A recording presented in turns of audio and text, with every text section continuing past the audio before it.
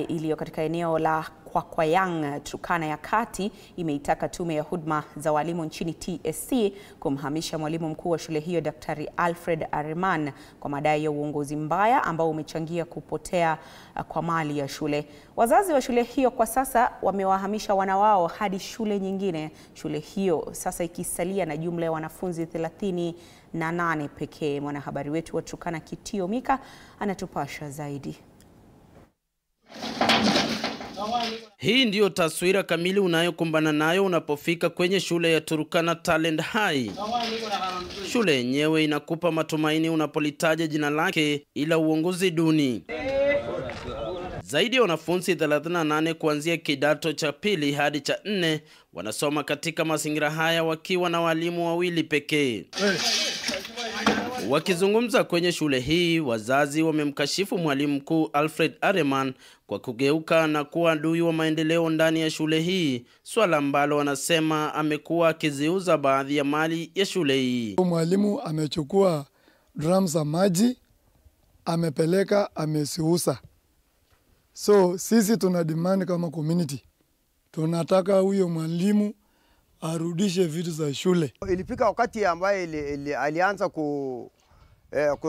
kubomoa maloka kutoka kwa madarasa masaa 10 ya jioni. Tunasema kama board, tulikuja kama board mpya, tukaona Talent High iko kwa ICU. Wanataka principal mzuri mwenye atakuja atoe shule kwa ICU, shule iwe alive tena. Mwenyekiti wa bodi ya usimamizi wa shule ya Turkana Talent High, David Kinyonge, ametoa wito kuhamishwa kwa mwalimu Alfred Areman, akidaiwa kujihusisha na uporaji wa mali ya shule hii. Tumeongea hata na director ya TSC.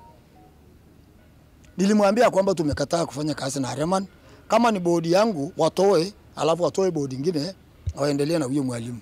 Huyo mwalimu ni kama yule mtu ambaye hana roho ya hiyo community. Mimi ninaomba hivi TSC na ministry wasirudishe Areman kwa hii shule. Kuliko kutenda haki na mema, anakuja kuuza mascrap hapa ya mashule. So tunaomba kabisa TSC na Ministry of Education mtolee mtu hapa. Wakazi hawa sasa wanadai kuwa mwalimu huyo amekuwa akihamishwa kila mara kutoka shule nyingine kutokana na mazoea yake ya kufyonza mali ya shule. Alikuwa Nakurio, akatolewa Nakurio, akaenda Kaptir, akatolewa hapo, akatolewa after Kaptir PAG, ndio sasa akakuja Talent High.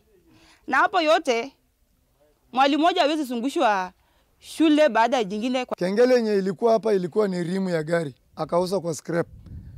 Inabidi saa ya lunch, badala waite watoto imefika saa ya lunch, inabidi mtu ati unapiga binje unasema eti ndio watoto wakuje kukula. Mkurugenzi wa tume ya huduma za walimu TSC katika kaunti ya Turkana, Sami Loitakola, anasema wamepokea malalamishi na uchunguzi umeanzishwa dhidi ya mwalimu huyo. Ile chuma yenye ilikuwa hapa yote, huyu jamaa aling'oa zote akasibeba. Nikiripotia TV47 ikiwa Lodwar kwenye kaunti ya Turkana, mimi ni Kitio Mika, Masai.